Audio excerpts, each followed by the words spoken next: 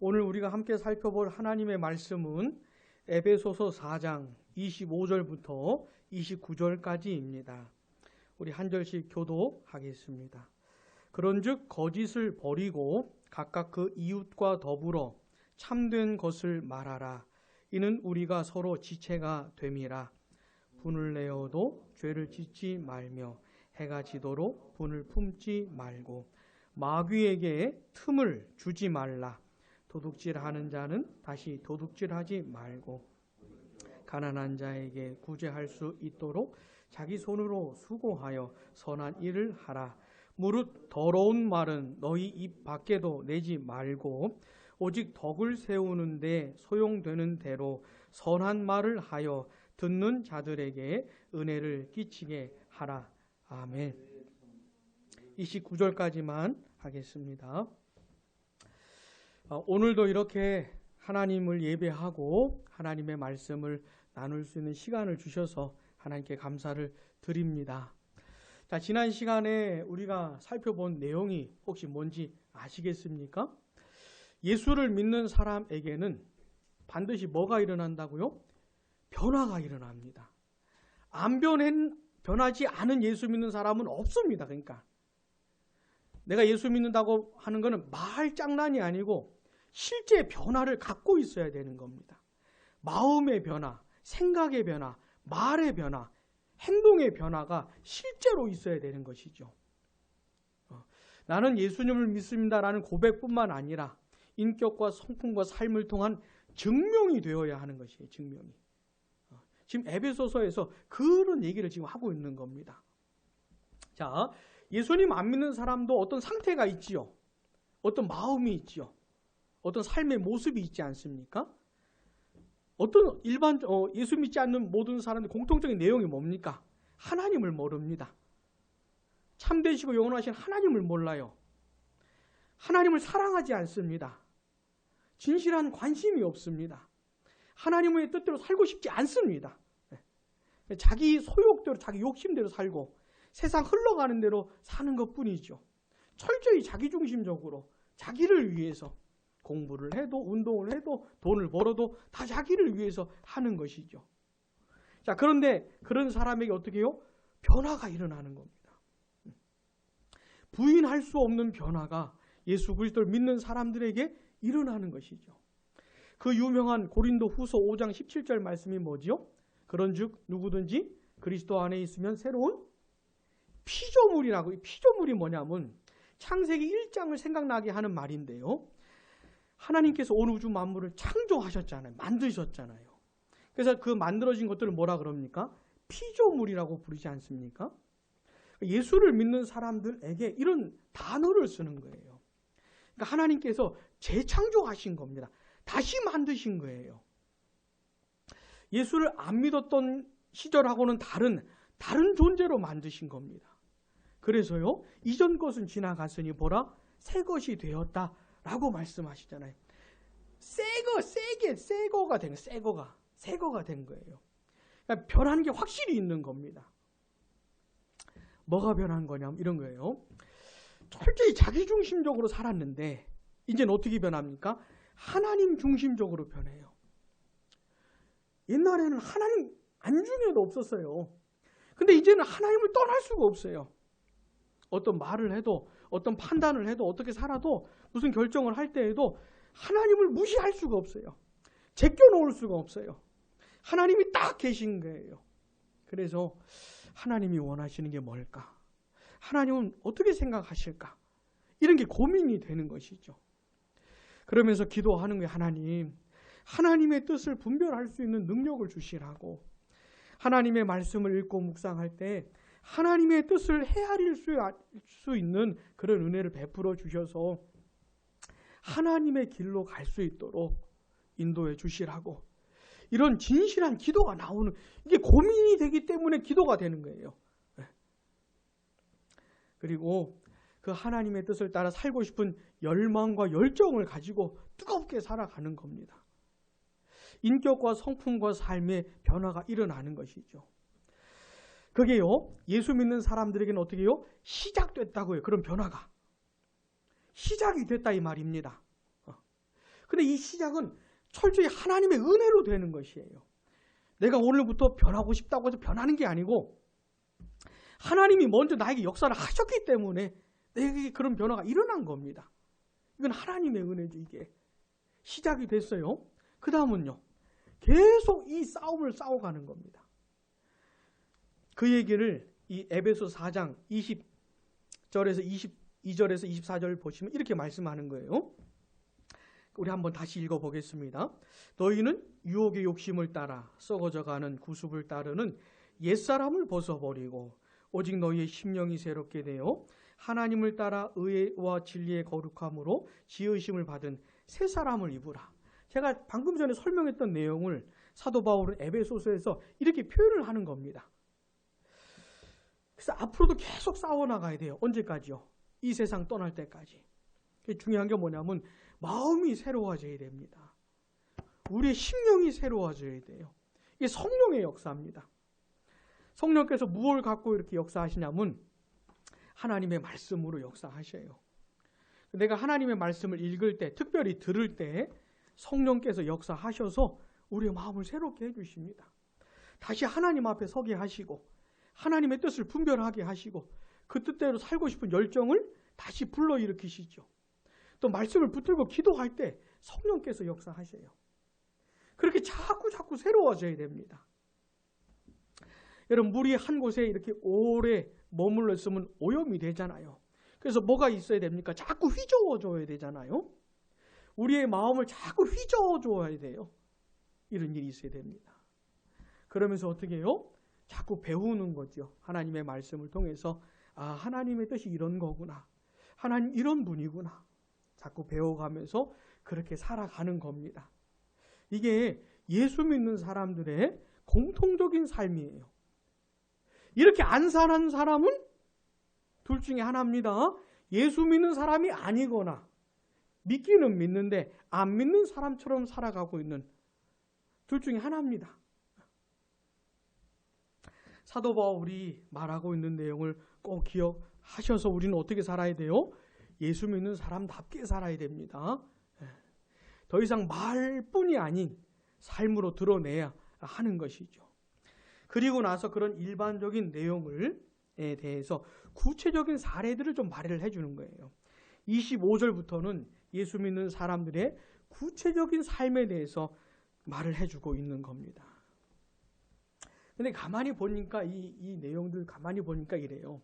다른 사람하고의 관계 속에서 일어나는 문제를 다루고 있습니다.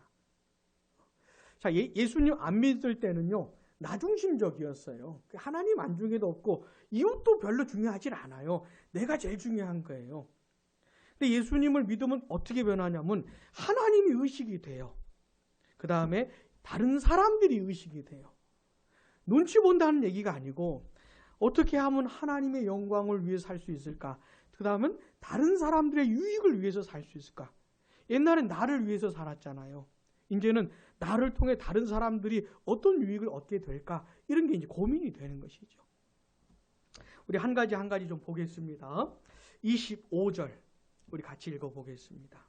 그런즉 거짓을 버리고 각각 그 이웃과 더불어 참된 것을 말하라. 이는 우리가 서로 지체가 됨이라. 아멘. 일단 예수님을 믿게 되잖아요. 그러면 어떤 본성을 허락하시냐면 거짓을 싫어하는 본성이 생겨요. 정말로 싫어요. 거짓을 싫어하고 진짜가 뭐냐, 참된 것이 뭐냐, 이런 것에 대한 이게 간구가 생겨요. 갈구함이 생겨요. 간절한 이렇게 바람이 생겨요. 일단 예수 믿는 사람 자체가 그렇게 변합니다. 그래서 옛날에는 거짓말하고 속이는 거 별로 대수롭게 생각 안 했는데 이게 심각하게 와닿는 것이에요. 내가 남을 속여도 그렇고 남이 날 속여도 그렇고. 근데 예수 믿는 사람들은 어떻게 살아야 되는 거냐면 이게 다른 사람들의 관계 속에서 거짓말하면 안 됩니다. 참된 것을 말을 해줘야 돼요. 특별히 교회 안에 있는 성도들의 관계는 더 그렇습니다. 하나님이 기뻐하시는 관계의 모습이 뭐냐면 서로가 서로를 신뢰할 수 있는 관계거든요. 믿을 수가 있어야 됩니다. 특별히 교회 안에 있는 지체들은 그런 것이에요. 누가 무슨 말을 하면 믿을 수 있어야지요. 근데 이 신뢰의 관계를 깨뜨리는 게 뭐냐면 거짓입니다. 거짓.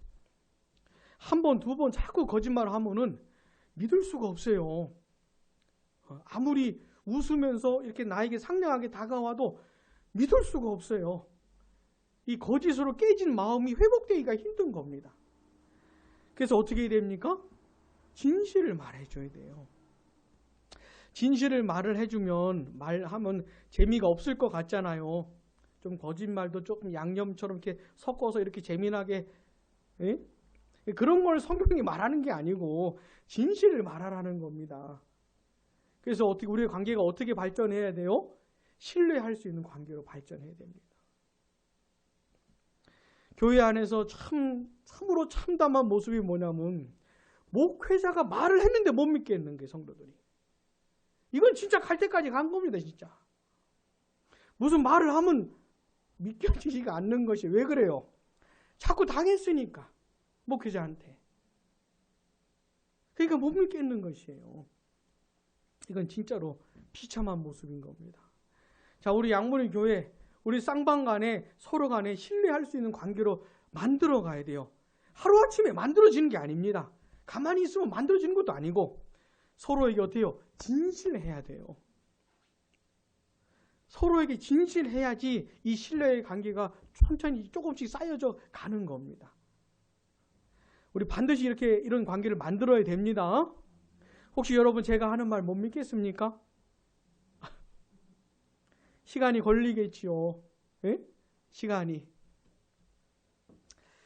자, 두 번째는요. 26절, 27절 우리 한번 같이 읽어보겠습니다. 분을 내어도 죄를 짓지 말며 해가 지도록 분을 품지 말고 마귀에게 틈을 주지 말라. 아멘. 우리가 많이 들어본 말씀이잖아요. 그래가지고 어떤 사람들은 막 화가 나가지고 막 화를 내다가 해지는 거 보고 그만해야 되겠다 이런 사람도 있나 봐요. 이 해가 지도록 이 말은 오랫동안 분을 품지 말라는 것이지 해지는 것 이런 얘기가 아닌 겁니다. 이런 식으로 따지면 계절마다 다르게요. 화낼 수 있는 시간대가 계절마다 달라지게요. 전 지구상으로 보면 다르잖아요. 너무. 해가 지지 않는 곳도 있어요. 그러니까 이건 그런 말이 아니고 오랫동안 품지 말라는 것이죠. 여러분 우리가 살아가는 세상은 진짜 화가 나는 세상이에요. 헬조선이라는 말 들어보셨습니까? 참 누가 만들었는지 그 말을. 예? 화가 얼마나 납니까? 지난주 사시는 동안에 나는 한 번도 화도 안 나고 늘 평안하기만 하고 행복했습니다. 이런 분 계셔요? 우리가 살아가는 세상 자체가 그렇게 살기 힘든 구조예요. 날 자꾸 건드려 날. 너무 힘들게 하고 뚜껑 열리게 하는 일들이 너무 많은 것이죠. 게다가 우리 사람 자체가요. 화를 낼 때 참기 힘든 그런 상태를 가지고 있어요. 그러니까 분이 나는 것이죠. 화가 나는 것이죠. 특별히 우리가 어떤 때 화납니까? 내 자존심 건드릴 때 화나죠. 응? 여러분 뚜껑 열리는 그게 있지 않습니까? 여러분 각자가 뚜껑 열리는 어떤 거리가 있지 않습니까? 요것만 안 건드리면 좀 좋겠는데 요거 건드리면 참지 못하는 그런 거 있지 않아요? 그런 것들을 다 말하는 겁니다. 근데 이제 이 화를 내는 것에는 이런 것도 있어요. 의로운 화라 그래가지고 예를 들어서 예수님을 믿게 되면 하나님을 사랑하게 돼요. 하나님의 뜻을 존중하게 돼요.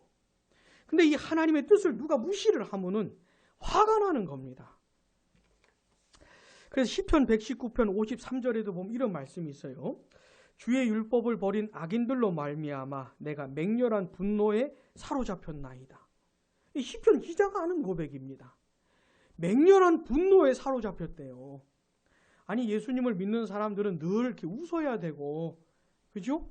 이래도 좋고 저래도 좋고 뭐 이래야 될 것 같은데 시편 기자는 그런 게 아니고 맹렬한 분노에 사로잡혔대요. 왜요? 하나님의 말씀을 무시하는 사람들 때문에. 여러분 교회 안에서 진짜 말도 안 되는 일이 일어날 때 화가 나지 않습니까? 이 화가 나야지요. 화가 나는 게 정상입니다. 예? 화를 내야 될 때 화를 안 내는 게 이상한 거지요. 화를 내는 게 정상인 것이에요. 그래서 이제 이 분을 내고 화를 내는 문제를 두 가지로 좀 생각해 볼 수가 있어요. 하나는 그냥 나 건드릴 때, 나 짜증나게 하고 이럴 때 화가 난다든지, 아니면 이 세상이 너무 엉망진창일 때 화가 난다든지, 이런 거. 또 하나는 뭐냐면 하나님과 관련된 화가 날 수도 있는 겁니다. 근데 이 두 가지 경우 다 어떻게 해야 되냐면 오래 화를 품고 있으면 안 되는 것이에요. 둘 다. 예를 들어서 너무 화가 나고 짜증나고 막 분통 터질 때 그걸 너무 오랫동안 그런 상태에 있으면 그 사람이 망가져요. 그래서 여러분 어떻게 해야 되냐, 화가 나면 어떻게 되냐면 하나님께 기도를 하셔야 돼요. 진짜로 기도를 하셔야 돼요. 하나님 앞에 서서 나아가서 하나님, 내 너무 화가 납니다. 어떻게 이럴 수 있습니까? 라고 하나님께 물어보고 하나님 앞에서 그걸 해결을 해야 돼요. 그러면서 있잖아요, 나를 화나게 한 사람이 있잖아요. 그런 사람을 내가 용서할 수 있도록 도와주시라고. 여기까지 가셔야 돼요. 아시겠습니까? 자꾸 누가 날 건드려요. 에? 나 진짜 순하게 살고 싶은데 진짜, 에? 양처럼 살고 싶은데 자꾸 사자로 만들어요. 그러면 어떻게 하나님께 나아가서 기도하면서, 사실 이런 상황이 이렇고 나 너무너무 화가 나가지고 막 죽여버리고 싶습니다. 하나님, 어떻게 해야 됩니까? 그러면서 실제로 기도를 하셔야 돼요. 그러면서 1만 달란트 비유 아시죠? 빚진, 하나님께 큰 죄 사함을 받았으니 나에게 조금 죄 지은 사람 용서해 주는 게 당연한 거 아니냐, 그 얘기 기억나시죠? 거기까지 가셔야 돼요. 그래서 하나님, 내가 용서할 수 있도록 도와주시라고. 그렇게 해야 있잖아요, 성도의 영혼에 평안이 찾아오는 것이. 평강이. 누구를 계속 미워하고 있으면 막 화내고 있고, 막 어떤 때는 몇 달이 지나도 화가 안 풀리죠. 아니, 몇 달이 아니죠, 몇 년이 지나도 화가 안 풀리죠. 하여튼 그것만 생각나면 막 뒤집히고, 그 사람만 생각나면 막 참을 수 없는 그런 경우도 있지요.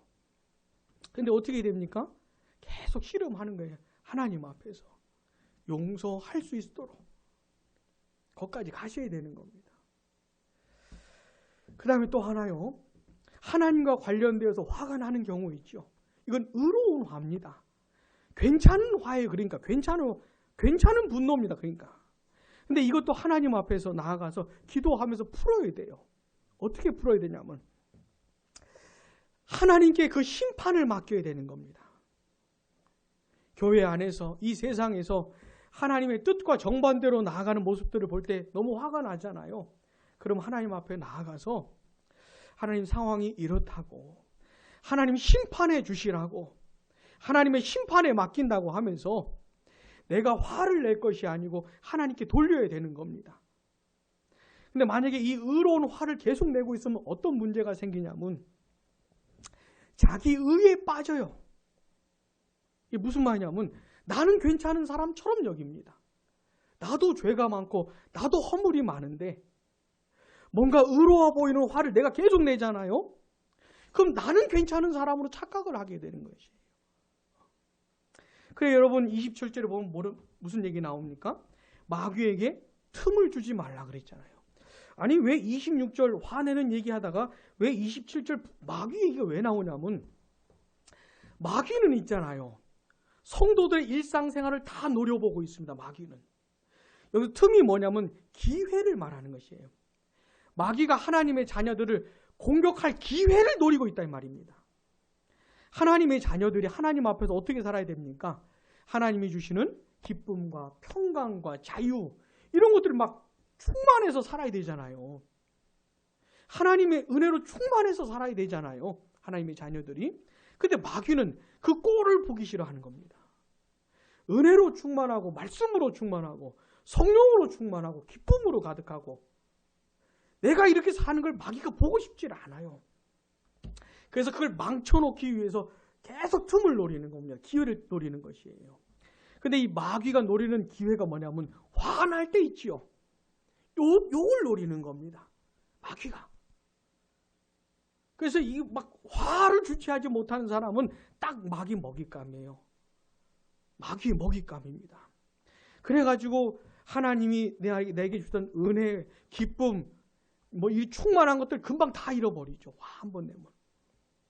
옛날에 그런 얘기 있지 않습니까?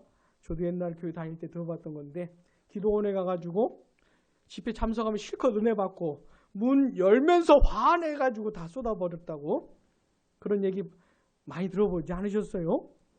그런 것이죠. 마귀에게 기회를 주는 겁니다. 나를 망칠 기회를 주는 거예요. 나를 공격할 기회를 주는 겁니다. 화를 내고 있으면은. 의로운 화를 내고 있어도 마귀에게 기회를 주는 것이에요. 그것을 하나님의 심판에 넘기지 않고 자기가 계속 화를 내고 있으면 자기 의로 마귀가 유혹을 합니다. 그래서 화나는 경우에 대해서 사도 바울이 말을 해주고 있는 거예요. 자, 화가 안 날 수는 없습니다. 그런 세상이 아니고 그런 내가 아니에요. 화가 안 날 수는 없어요. 자, 한번 저 봐보세요. 화가 나겠습니까? 안 나겠습니까? 화를 많이 낼 것 같습니까? 안 낼 것 같습니까? 옛날에 우리 어머니만 아시는데, 제가 한번 뒤집히면 있잖아요. 앞에 있는 사람이 막 놀래가지고, 응? 우리 어머니가 그렇게 걱정을 많이 하셨어요. 화가 안 날 수는 없어요. 근데 계속 화를 내고 있으면 어떻게 해요? 마귀에게 기회를 준다고요. 나를 망칠. 그래서 화를 날 때, 우리 자신을 잘 알지 않습니까? 뚜껑 열릴 때, 화가 날 때, 그때 특별히 하나님 앞에 나아가셔야 돼요. 그 분노를 하나님 앞에서 풀어야 되는 겁니다. 누가 날 힘들게 하면 어떻게 해야 돼요? 용서할 수 있도록 도와주시라고. 의로운 분노를 낼 때에도 어떻게 해요? 그 상황과 심판을 하나님께 돌리면서 하나님이 해결해 주시라고. 하나님이 심판하시라고. 그러면서 내 화를, 이 분노를 해결해야 되는 겁니다. 그래야 마귀에게 기회를 주지 않는 것이 되는 거예요. 이건 아주 우리가 일상적으로 경험하는 것이기 때문에 이번 주에 또 경험할지 몰라요. 잊지 마셔요. 자, 세 번째, 우리 28절 같이요. 도둑질하는 자는 다시 도둑질하지 말고 돌이켜 가난한 자에게 구제할 수 있도록 수고하여 선한 일을 하라. 아멘. 자, 예수님을 믿게 되면 인생의 목적이 바뀝니다. 다시 말씀드리지만 옛날에는요, 자기가 목적이었어요. 자기 자신이 목적이었습니다. 근데 이게 어떻게 바뀌냐면 하나님의 영광, 이게 목적으로 돼요. 자기 존재와 삶의 목적이 뭐라고요? 하나님의 영광. 먹든지 마시든지 무엇을 하든지 다 무엇을 위해서요? 하나님의 영광을 위해서. 이게 실제 목적이 돼요. 자기 인생의 목적이 돼요. 자기 존재의 목적이 돼요. 공부를 하든 운동을 하든 돈을 버든 결혼을 하든 가정생활을 하든 직장생활을 하든 뭐든 무엇이든지 간에 첫 번째 목적이 뭡니까? 하나님의 영광. 그래서 이제 고민이 되는 겁니다. 내가 하는 공부, 내가 하는 운동, 내가 하는 일, 우리 가정생활, 직장생활, 이거하고 하나님의 영광하고 도대체 어떻게 연결이 되는 거냐? 이게 고민이 되는 거예요. 두 번째는 뭐냐면 이웃의 유익입니다. 두 번째가 뭐라고요? 이웃의 유익입니다. 그러니까 예수 믿는 사람이 이 세상에서 왜 사냐면 하나님과 이웃들을 위해서 사는 것이에요. 그런데 여기 보니까 도둑질 하지 말래요. 도둑질이 뭡니까? 남의 소유를 빼앗는 거 아닙니까? 아니, 내 소유를 남에게 줘도 시원찮을 판인데 남의 거를 빼앗고 있으니 이건 말이 안 되는 것이죠. 도둑질 하지 말라는 것이에요. 그리고 나서는 가난한 사람들에게 구제할 수 있도록 일을 하라는 겁니다. 일을 하라는 거예요. 여러분, 우리가 이 세상에서 일을 할 수 있는 능력을 주시지 않았습니까? 하나님께서. 어떤 재능을 주시고 지혜를 주시고 능력을 이건 하나님이 주신 겁니다. 감사한 거예요. 일을 해서 돈을 벌 수 있지 않습니까? 어떤 친구는 이렇게 말해요. 저는 돈을 많이 벌고 싶대요. 많이 벌어라. 정직하게 일하고 땀을 흘려 수고해서 벌 수 있으면 많이 벌어라. 근데 더 중요한 게 뭡니까? 그 다음 잘 쓰는 게 더 중요한 것이에요. 첫 번째, 돈을 어떻게 써야 돼요? 돈 많이 벌어서 어떻게 써야 돼요? 첫 번째, 하나님의 영광. 두 번째, 이웃의 유익. 물론 자기 인생도 꾸려가야 되고 자기 가족도 돌아봐야 되지. 그런 거 하지 말라는 것이 아니고, 그러니까 이웃의 유익을 위해서도 돈을 쓸 줄 알아야 되는 것이에요. 많이 버세요. 벌 수 있으면은. 그 다음에 잘 쓰세요. 어떤 사람은 돈이 많은 사람들은 이런 고민을 해야 돼요. 왜 나는 돈이 많을까? 왜 나는 돈이 많이 벌릴까? 왜요? 많이 쓰라고. 많이 나눠주라고. 여러분, 그 누가복음에 보면 어리석은 부자 얘기가 나오지 않습니까? 농사를 했는데 너무 잘 되는 거예요. 수확이 너무 많아요. 자, 이건 감사한 겁니까? 안 감사한 겁니까? 감사한 거죠. 근데 그 다음에 문제였죠. 너무 곡식을 많이 걷어들여가지고 안 되겠다. 창고를 더 늘려야 되겠다. 더 많이 쌓아놔야 되겠다. 이게 이 어리석은 부자가 잘못한 거 아닙니까? 자, 수확을 많이 거뒀으면 어떻게 해야 돼요? 왜 많이 주셨을까, 하나님이? 그리고 첫 번째, 하나님의 영광을 위해. 두 번째, 가난한 사람들, 이웃들의 유익을 위해서 써야지요. 아, 이렇게 많이 주신 거는 많이 나누라고 주신 건가 보다. 이렇게 생각을 하고 했으면 얼마나 좋았겠어요. 많이 받는 게 뭐가 문제겠어요? 돈을 많이 버는 게 뭐가 문제겠어요? 그죠? 사랑하는 우리 청년들도 있는데 많이 버세요. 할 수 있으면 사기치 이런 거 하지 말고, 죄 짓지 말고 정직하고 땀 흘려 일해가지고 많이 버세요. 그 다음 어떻게 해요? 잘 쓰세요. 잘 쓰면 돼요. 지금 그런 얘기 하고 있는 겁니다. 자, 마지막으로 29절 같이요.